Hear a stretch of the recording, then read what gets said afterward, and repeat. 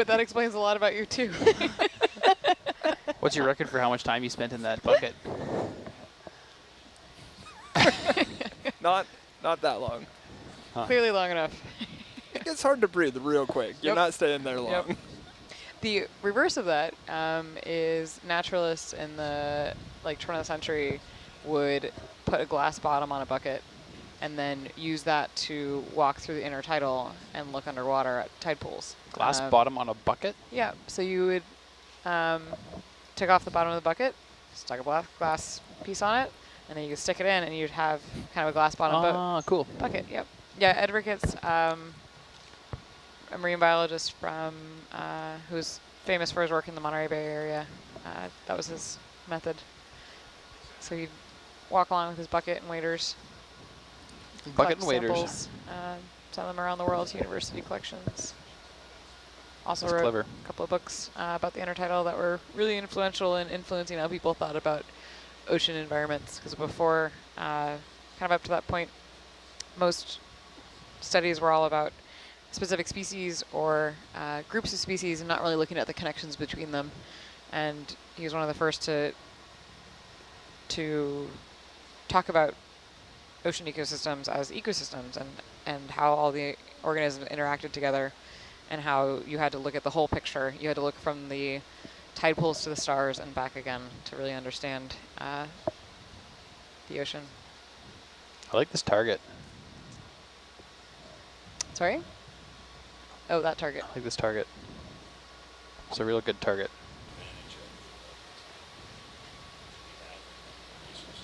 I can't get over this bathysphere. Yep. Do you want me to mark this for your satisfaction? Yes. Okay. No.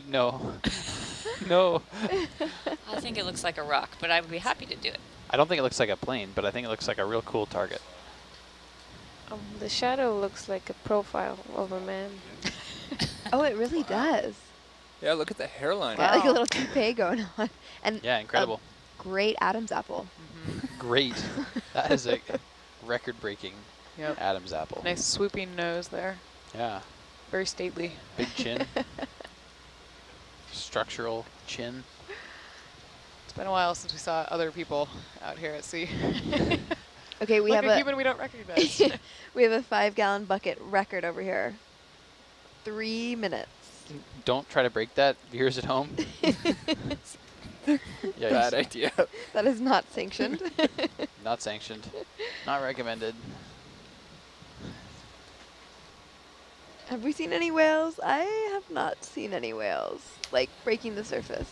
Not Or during down below. this trip. Yeah. I believe I heard there were some humpbacks spotted on the last expedition. Oh. I didn't see any. No? No. It might have been during the mapping transit then, out from Hawaii. Yeah. We saw some dolphins feeding around feeding around the ship one night. I heard there were sharks too. Oh yeah, Yeah. sharks. Oh wow. At the surface? Yeah. Were they I feeding think. or? Yeah, I think it was a oceanic white tip. Shark was just swimming around feeding. So now you met the boat in Hawaii, right? And then Yes. came down. Mm-hmm.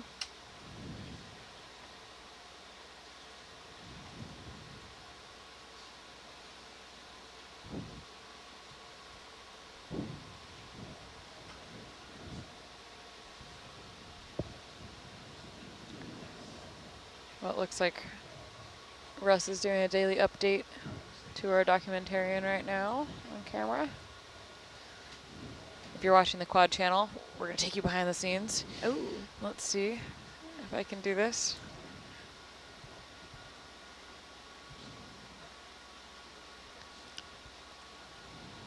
There we go. You're looking at behind the scenes of behind the scenes. Hi, DV. That's the first time we've been on camera. Oh, Hey. today? Yeah, or at all. Oh, well, there you go. I'll have to wait till my family's watching. Well, let us know next time we Yeah. can make the switch for you. They said I sounded very serious. They should have tuned in this hour.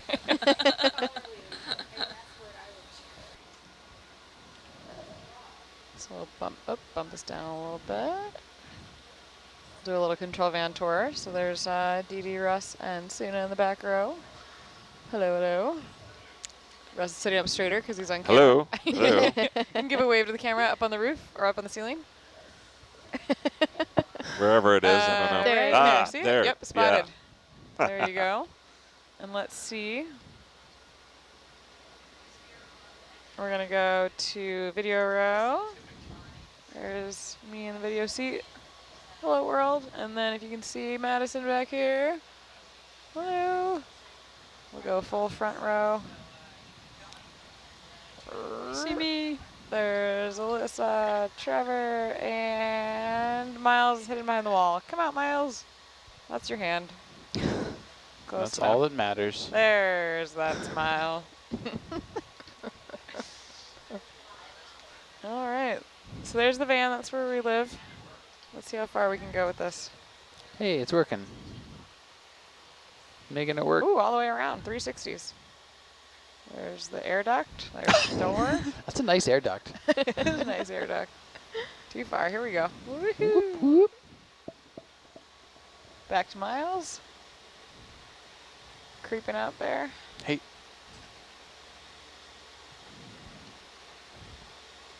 All right, there's the control van. Oh, and there's our documentarian, Devin. Hello, Devin. Cool. I think that was the first tour we've given too. Oh, really? Yeah. Man. Look at you go. Let's do this every time. Where have you been? Now I have to figure out how to switch it back.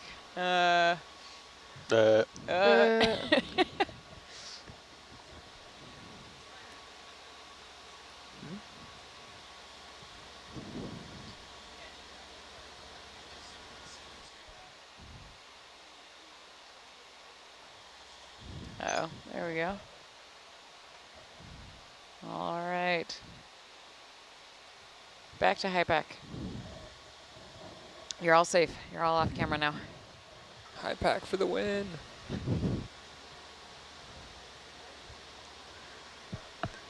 Well, we'll have another chance tomorrow morning. We'll do another tour.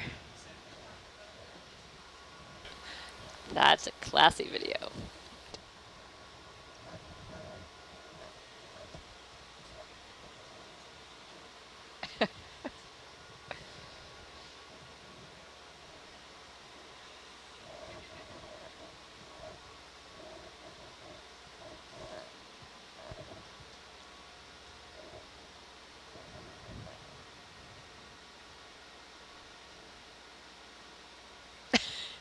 What's Russ looking at in the back row?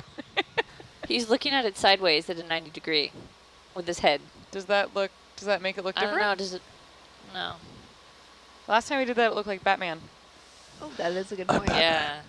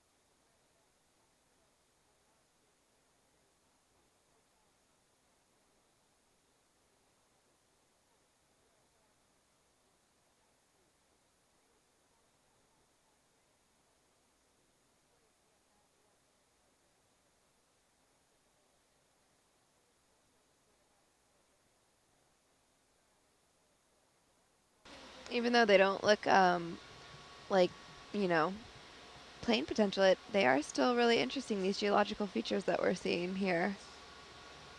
These big rocks. And it is pretty cool to think that we're the first people ever to see these things.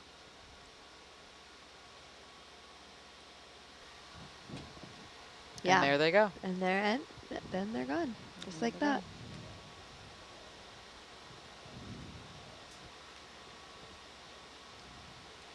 Has anyone in here seen Voyage to the Bottom of the Sea? Or Sequest DSV?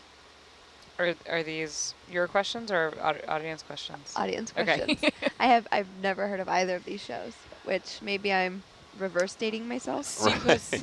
Yes, I've seen them both. Yeah. Do you feel like you're in an episode? Not exactly. I think there's a lot less world endangering peril going on right now. So No, this is more like Life Aquatic sometimes. Oh, okay. I know that one. Yeah.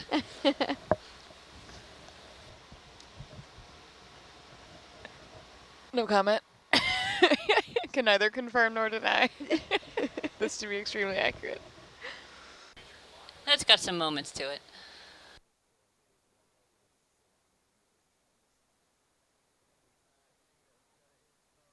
Oh, there was a siphonophore.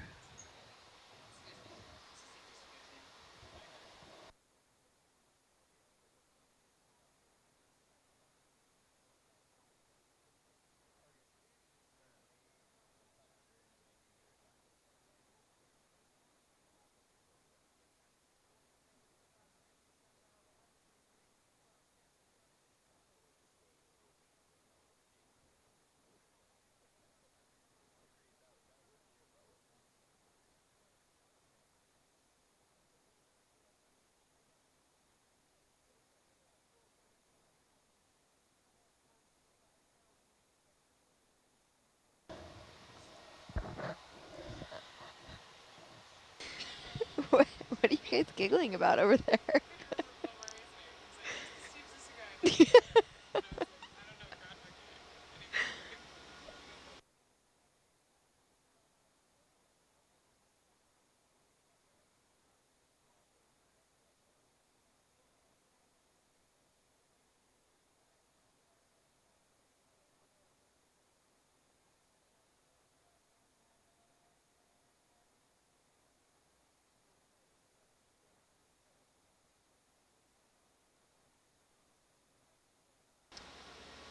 Oh, cucumber.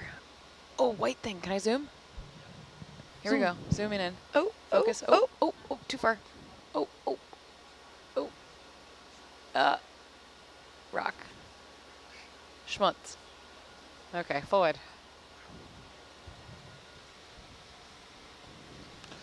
Sam, could you zoom in again, please? Oh, absolutely. Here we go. And Zooming don't touch the focus. in. Okay.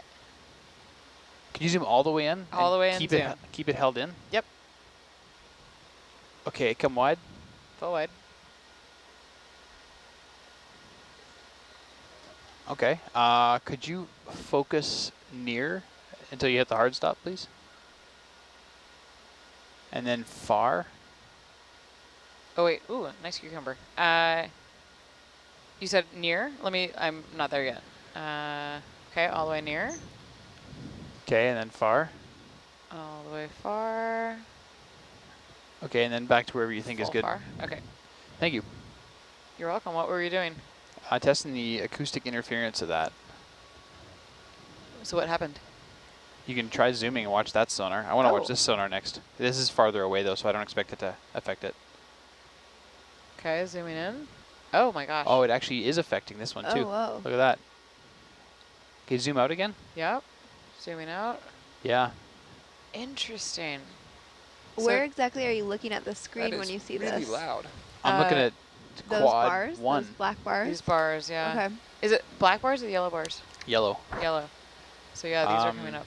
I expected it to be on the Mesotech because it's right next to the Zeus, but I didn't expect it to be on the Edge Tech. Interesting. Wow. It is known though, so it's not like creating things that look like anything we're actually looking for. It's not. Doesn't look like Yeah. what we're looking for. No. But Yeah. our low frequency side scan's about 100 kilohertz. 100 kilohertz. The low should be around 300 kilohertz. The low Yeah, frequency is 300 kilohertz, which is pretty similar to the Mesotech. I don't isn't know it? what the Mesotech sonar or the frequency is. I also don't know how to find out. I've looked for it before. I think it's in control head. Is it? Let's go through all the menu options.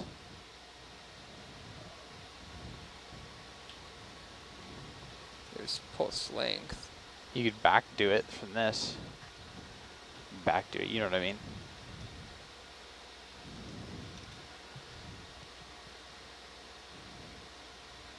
There we go. Oh, No. cucumber. That's different. So when you zoom in, that's actually transmitting some sort of pulse? That's It's interesting. a mechanical, electric motor to adjust the lens so and it's hearing the motor running. hearing the motor Okay, running. Yeah. okay. But I'm surprised it's that loud. I don't think this isn't the ping rate. This is the sampling frequency. You have to do it. You have to 1 over this.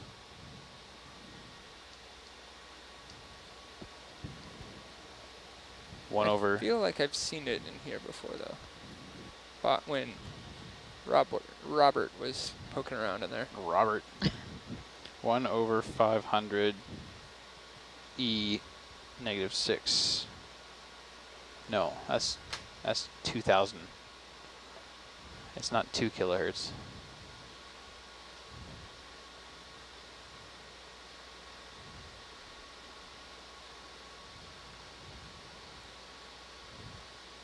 Because I think Argus's is a different. Ooh, no. I don't know if they're at different frequencies. I put up on the side scan screen the frequencies of the high and the low that is right now, if that's interesting at all. Yeah, I'm going to take a photo of that. No photos of screens. I'm not going to share it with you.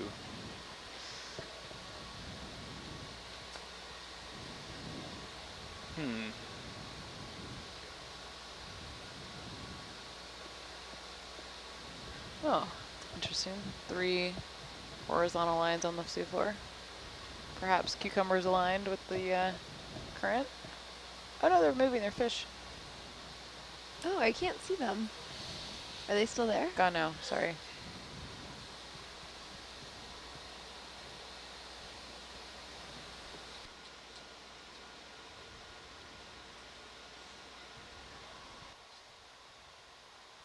I don't think so.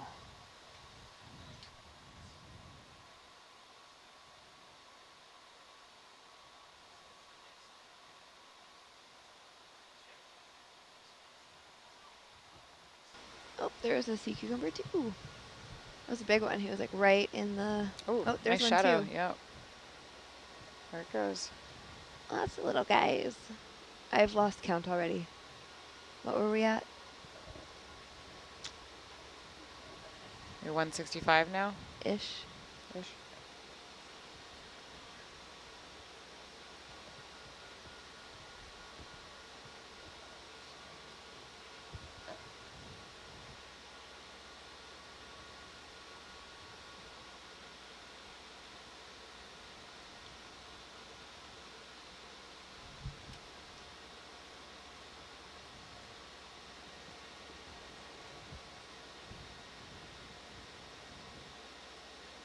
$166.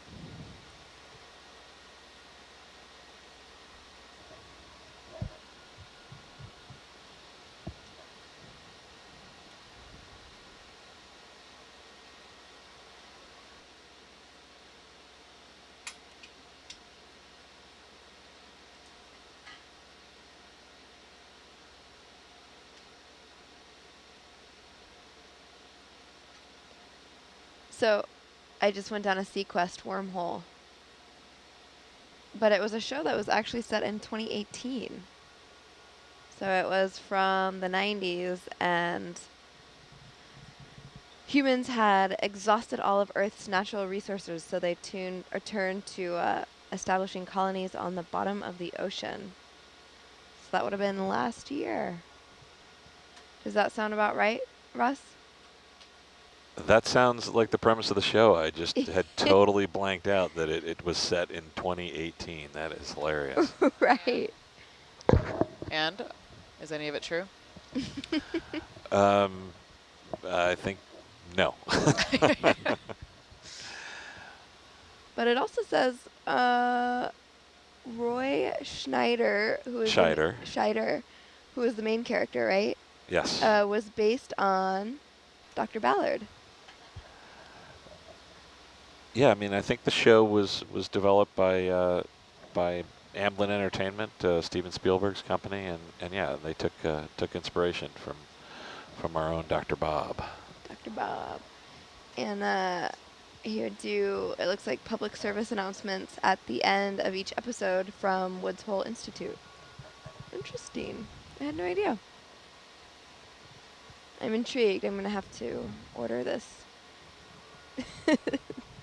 season or series.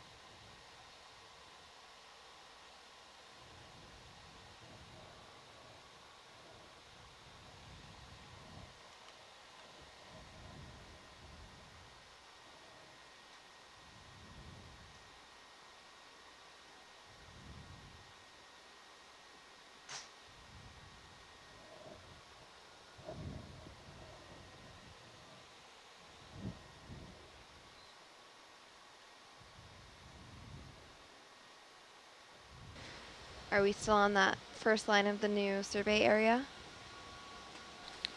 We are, and we have between an hour and a half and an hour and 50 minutes left. All right.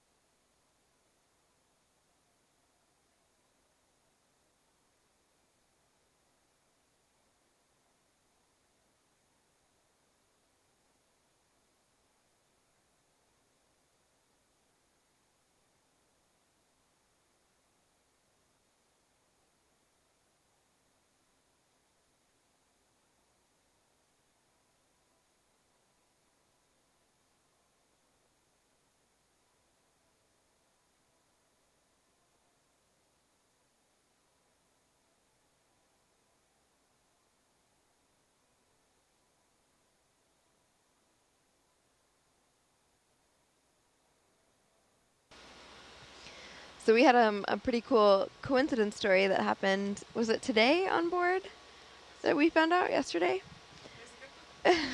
One of the days that we've been on the boat, Rebecca, who is a data logger, she told you, Russ, that she's related to Ed, right? Yes, when she was assigned to the trip, I mean, Rebecca Whipler is she is a hydrothermal vent specialist, or that's her area of interest, and I think probably would have loved to have been on the trip, where they discovered the new Apollo field. But she was assigned to this one. I'm sure she's thrilled to be on the ship no matter what. But she was assigned to this one, and mentioned to her parents about the mission that we're engaged in, and that the captain's name on this missing airplane was Ed Music, and apparently her parents told her, "Oh yes, you're related to him." And it's like, "Well, what the what?"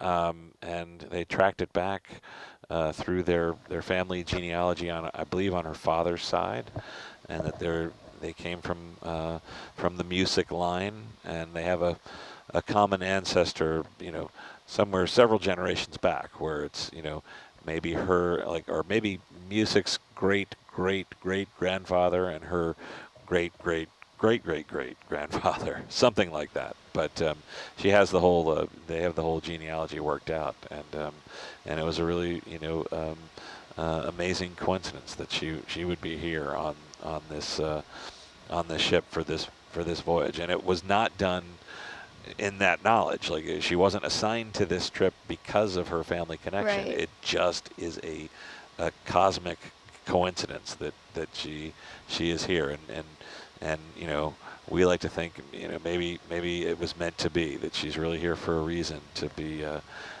in on the moment when her family, for a family reunion. So let's hope that happens. That is too wild. And, we've told a lot of stories about Ed Music and sort of who he was and his character. But there are also 6 other crew members on board. And do we know a little bit about them and sort of their history? We do. One really helpful source is that San Francisco Examiner article, from the day that it was confirmed that the plane was lost, and so they featured at the bottom of the page. There's many biographies on each and every one of them, and it gives some helpful information. I mean, if in the future we'd certainly like to. I mean, right now, certainly if anyone is listening and knows that they have a family connection to the crew of Samoan Clipper, we would like to hear from you. But with this information, we hope that we may be able to actively track some of them down. We know the names of, and in some cases addresses of where they were living at the time, and Ed Music had no children. I mean, he was married. He was married to his wife Cleo, very happily so, but they had no children. And actually, there was a biography of Music that was released shortly after his death, and reported that his last phone conversation with his wife, the last words he said to her was, "I'll be loving you every minute." We have heard through the Pan Am Historical Foundation that they've been in touch with Music's niece, who is still living, and remembers that she spent time with the couple at their apartment when they lived in Miami,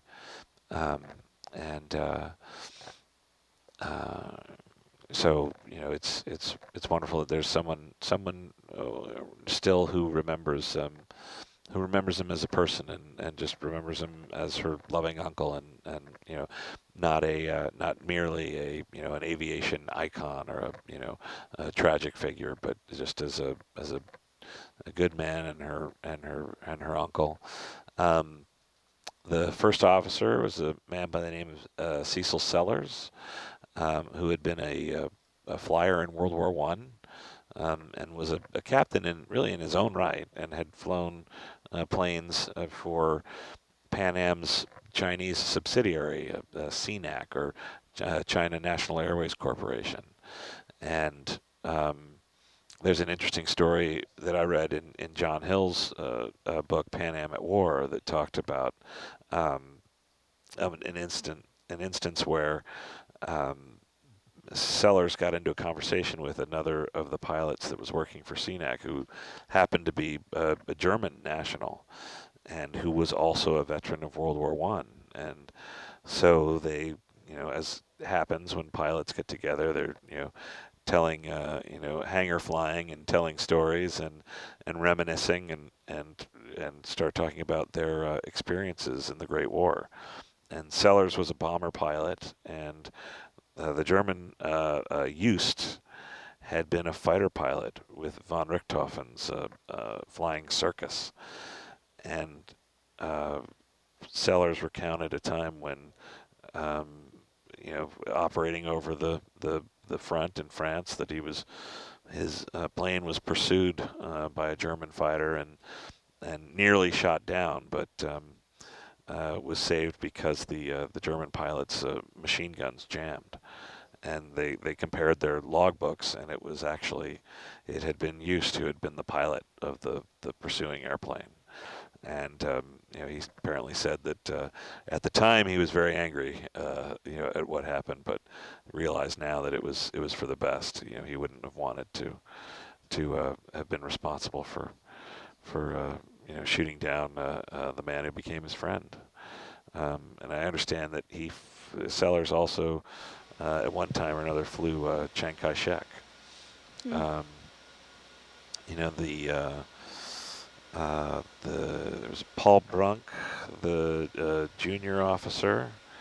Let's see, John Stickrod, the engineer, flight engineer, Jack Brooks, the assistant engineer,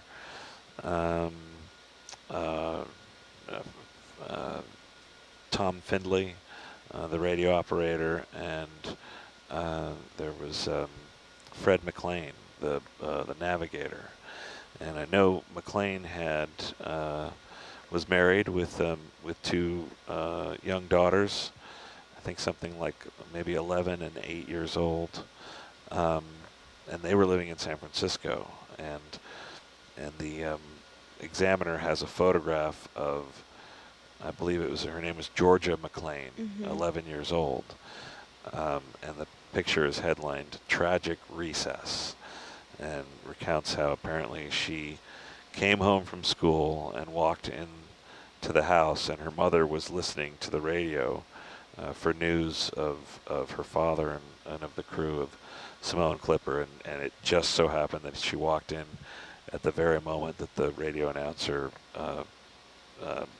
gave the news that the crew had been determined that the crew had all perished. Wow. So yeah, there's lots of stories about all of them, and 7 lives cut short. Go ahead. Oh, I was gonna say a lot of those biographies that you mentioned, and then of course that coverage was in the San Francisco Examiner. Yes. Which has a phenomenal online database of historical archives, and I think it's available just by signing in. Yeah, I only recently, they only recently did it. I think only in about the last year or so. So when we began the project, 5 years ago, and did a search for newspapers in digital format, there was some, but not the extensive kind of coverage. And the thing is that the Examiner, I think because San Francisco was essentially the company town for the Pacific Division of Pan American, really gave it a lot of coverage and a lot of attention. And so you can really track the development of the story and how those early headlines that on the first day it says Clipper down in South Seas, sighted near Samoa, and awaiting word, and they're keeping hopeful. And then the next day's headline is flaming Clipper plunged into sea of sharks. About as sensational a headline as you could possibly imagine. But then lots of coverage about the families and about the crew, and stories of Music's early flying career and remembrances of them, and then a lead up to there was a ceremony that was a memorial ceremony that was held in the rotunda of San Francisco City Hall. It was very well attended, and there's a photograph in the paper of the steps of City Hall just crowded with people coming to pay their respects. But yeah, that archive wasn't available online when we started the project, but just a few weeks before we left, I happened to be following a friend of mine, Walt Holm, has been keeping a blog on a project that he's working on, looking for a plane that ditched off of Point Reyes near San Francisco. So he's also been doing archival research in the San Francisco area, and he happened to put a blog post up about how he had found articles and from the San Francisco Examiner that had recently had just digitized its whole backlog, its whole archive, and it is available on newspapers.com.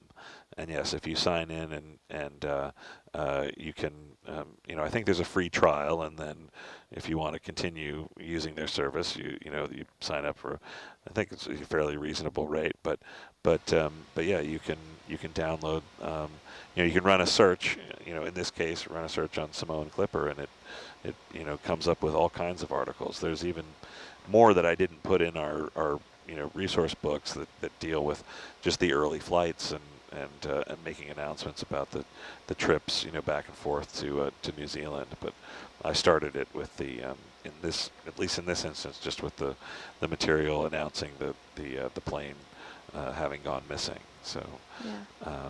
and we track it all the way through to the final article in there that I shared was the report of the debris, the artifacts that were found floating at the crash scene.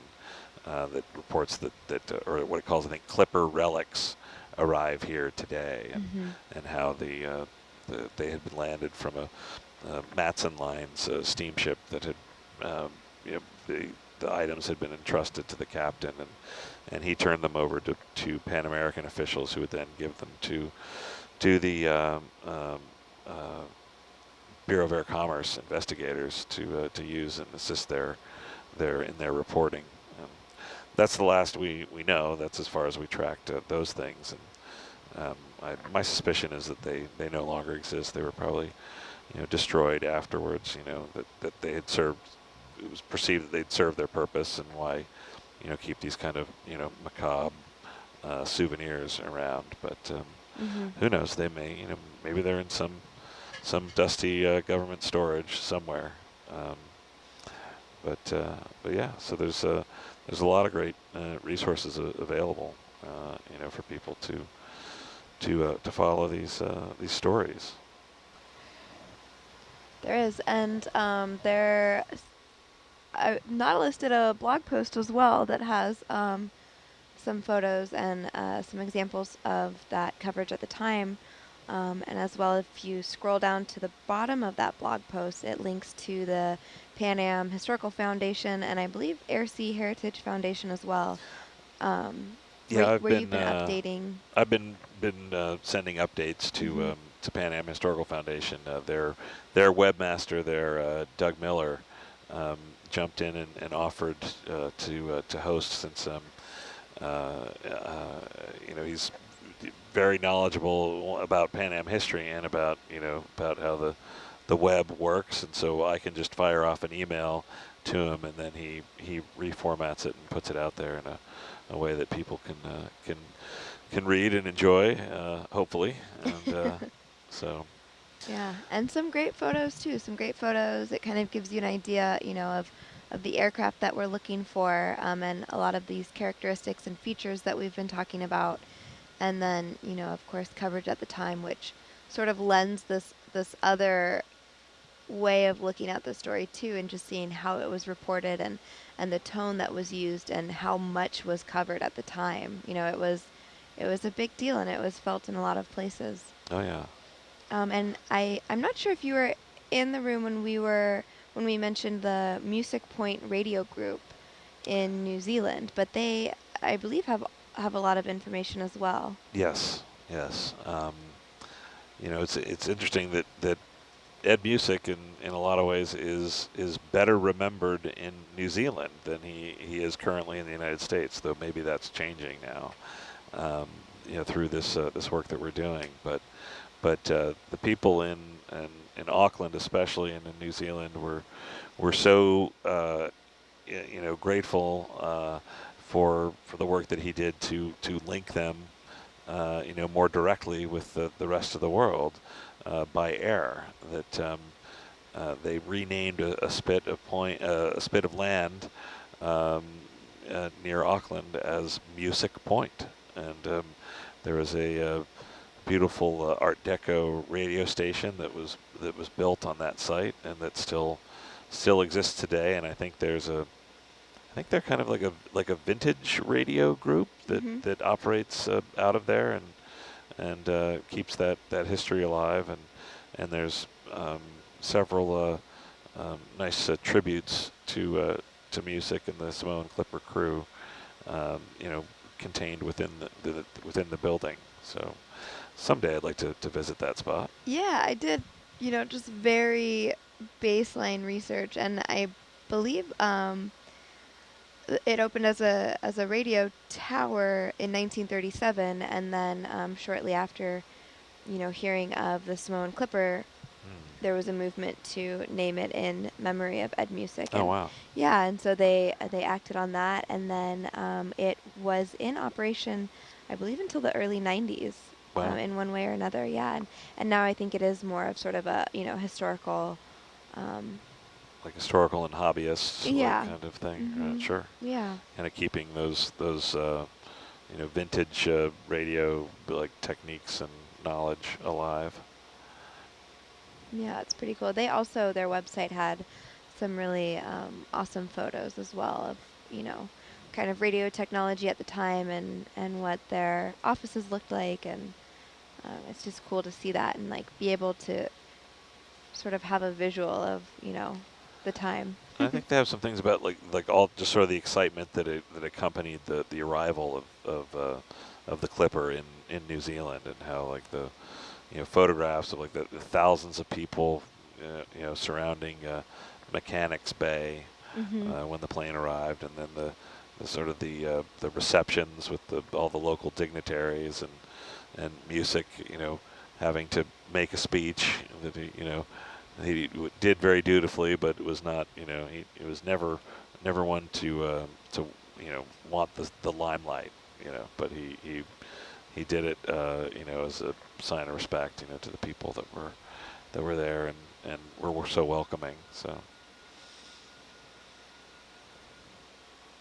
Yeah, it's a really amazing story to, like we've said before, you know, I didn't know about the Samoan Clipper before hearing of this expedition, and learning more about the people that were involved and sort of what happened. It's really it's a special story to tell. Yeah, and I like to say that I didn't know either. Like, and I love this stuff. And yeah. and until, you know, about 5 years ago, I had only the vaguest notion that something had happened, and it was only with the impetus of looking for targets for Nautilus in the Eastern Pacific that I really had the opportunity to look into it. And was just stunned at the story that emerged, and you know, how rich it is and how fascinating. So and would love to write that final chapter.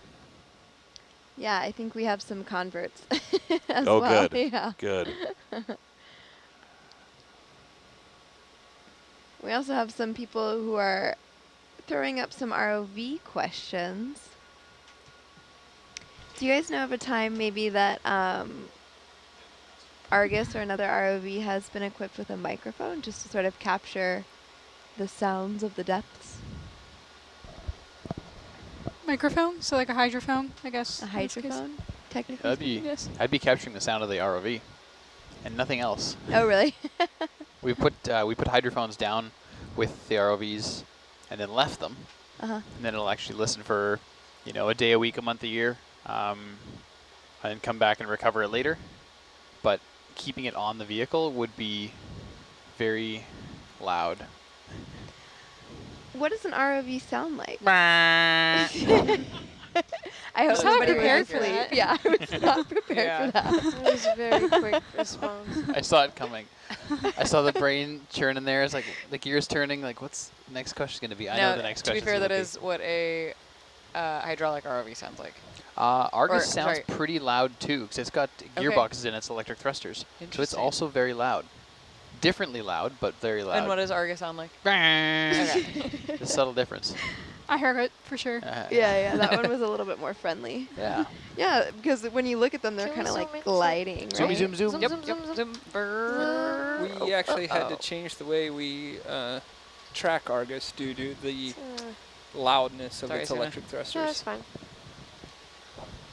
Yeah, I messed with the USBL. What's the USBL?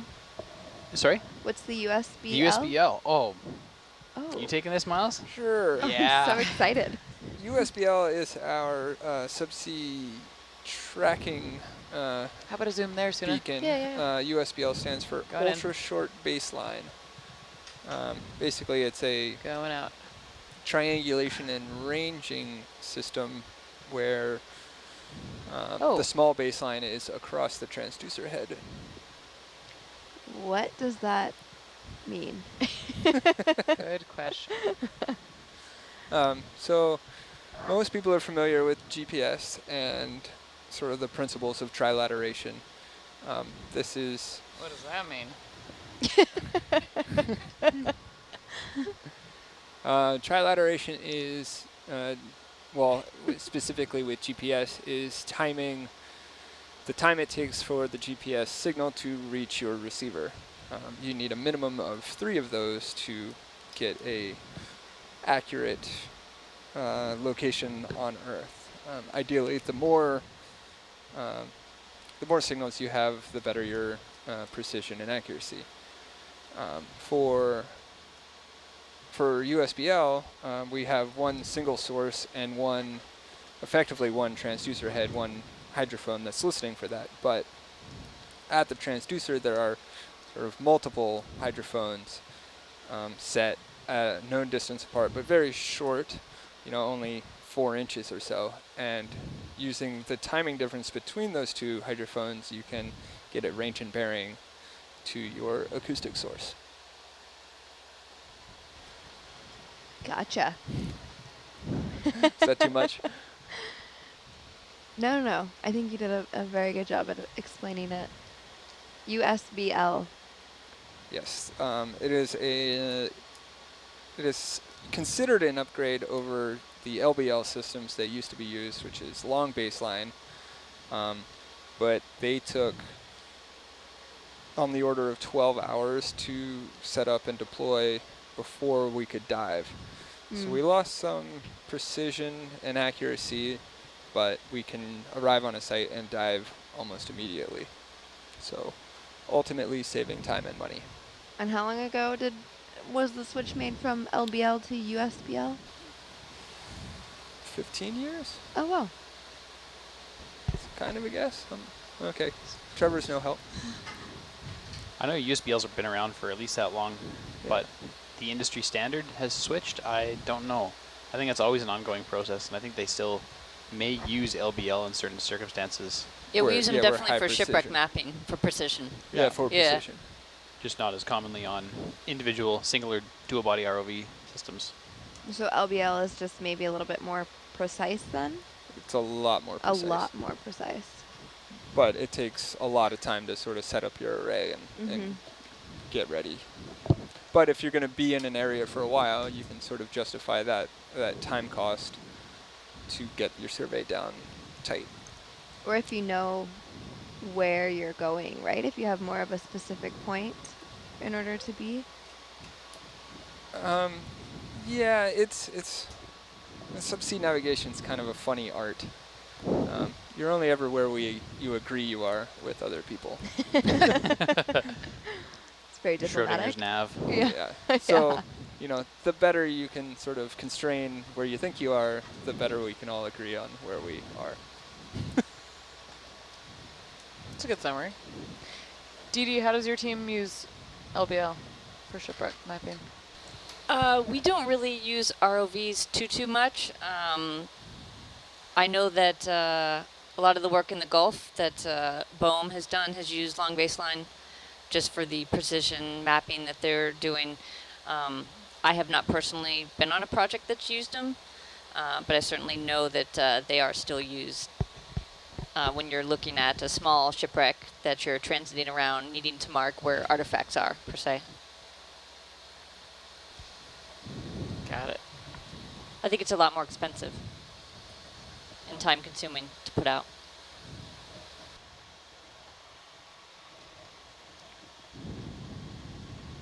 Also, briefly going back to the hydrophone question, as mentioned, it's very difficult to have them on ROVs, but hydrophones are definitely something that a lot of deep-sea observatories do include. So Ocean Networks Canada has a observatory network, 800 kilometers actually of network that Nautilus has helped maintain over the last few years. They have a couple hydrophone stations. There's the Ocean Observatories Initiative in the US that has also hydrophone stations, and the Monterey Bay Aquarium Research Institute also has hydrophones. And you can go onto any of these sites and actually listen to what different parts of the ocean sound like, which is really cool. That is so cool. So do they put them at different depths and different locations? Yep. And what does that sort of contribute to? Like what scientific body are people researching? Like, what does it sound like here and what does it sound like there? Each organization, I think, has different goals, but there's folks who are researching marine mammals and the effects of sound on their behavior and their migration patterns, especially whales. And a lot of that work too for the hydrophone work is done a lot more shallower depths. But people don't know much about what's going on in the deep sea, and so any sort of data points that can be collected, I think they're doing. I think a lot of it is behavior based. That's actually a good question. Yeah. I don't know of any really specific applied studies. Yeah, using I'm hydrophone really curious. work, but I know that there are all these observatories that are collecting these data points. So yeah, what are they doing with them other than the marine mammal studies? I've heard of hydrophones near hydrothermal vent sites where there's a lot of activity that would be interesting, but I don't know what are the correlations. I guess with vents you probably can get an idea of flow and I don't know. Do you, Trevor, know? I know there's a lot of hydrophone studies done around the inner shores between Vancouver Island and Vancouver, looking at the effects of ship traffic noise for the self-resident killer whales. Oh, so sure. A lot of studies have done on that. Oregon State University has done some underwater sound work in Antarctica. Oh, okay. As well, yeah. Cool. And they have some really cool soundings of what ice sounds like as it's breaking apart. And I met with one of the researchers, and he said when they first heard it, they had no idea it was like this huge, massive crashing sound. And they were like, what just happened? And it turned out it was ice sloughing off. That sound is strange. OSU, Oregon State, has also put a hydrophone down near methane seeps. Oh, really? Yep. What did they find? I haven't seen that. Blurp, blurp, blurp, yeah. blurp. The slurping.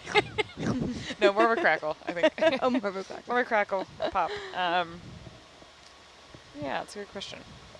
Yeah, I know. That'd be really interesting to sort of see where all that data comes together. And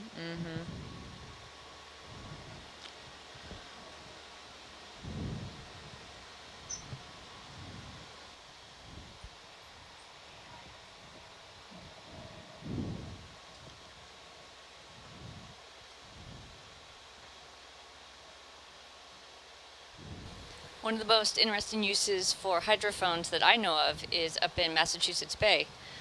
Part of the mitigation of having a liquid natural gas or LNG terminal installed just outside of Boston, there was a system developed by Woods Hole, partially, that has acoustic sensors down and listen for right whales. And when those right whales are detected, a signal is sent to the ships passing by, and they are required to slow down.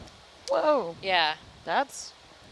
Yeah, it's very Real-time. cool. That's really cool. The public can, sign on to this website and see if the buoys are active, but the ships are required, when these endangered North Atlantic right whales are in the area.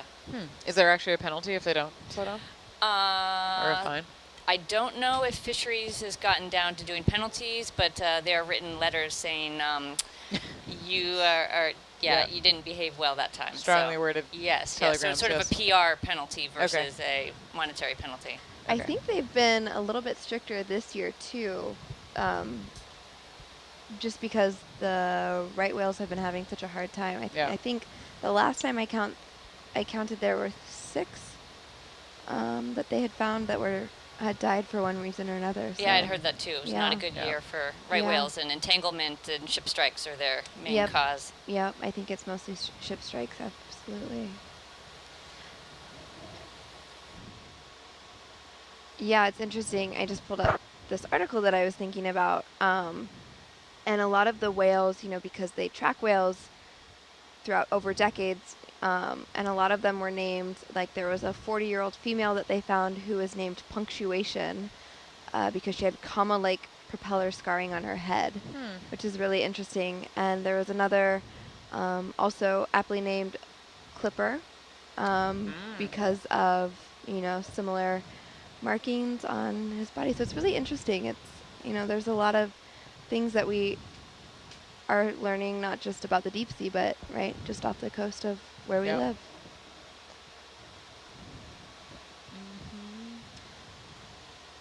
Always learning. And speaking of that, taking a couple steps back actually to something Russ was talking about earlier with sort of folks kind of taking it upon themselves to find a question and track down the answer through archival research and their own research. Russ, you're talking about Walt Holm, and we've actually had Walt out here on Nautilus through Open ROV, which is a startup company based in the Bay Area in California that makes underwater robots, underwater drones, but then also supports citizen scientists going out and doing expeditions, kind of like what we're doing, but on a more local scale, specifically kind of in coastal areas. Their underwater drones go down to 100 meters. And there's now a website called Open Explorer where you can follow along with some of those expeditions. And there's some really cool shipwreck expeditions. So actually, I think maybe years ago out at Lake Tahoe, we were doing a survey of the SS Tahoe, which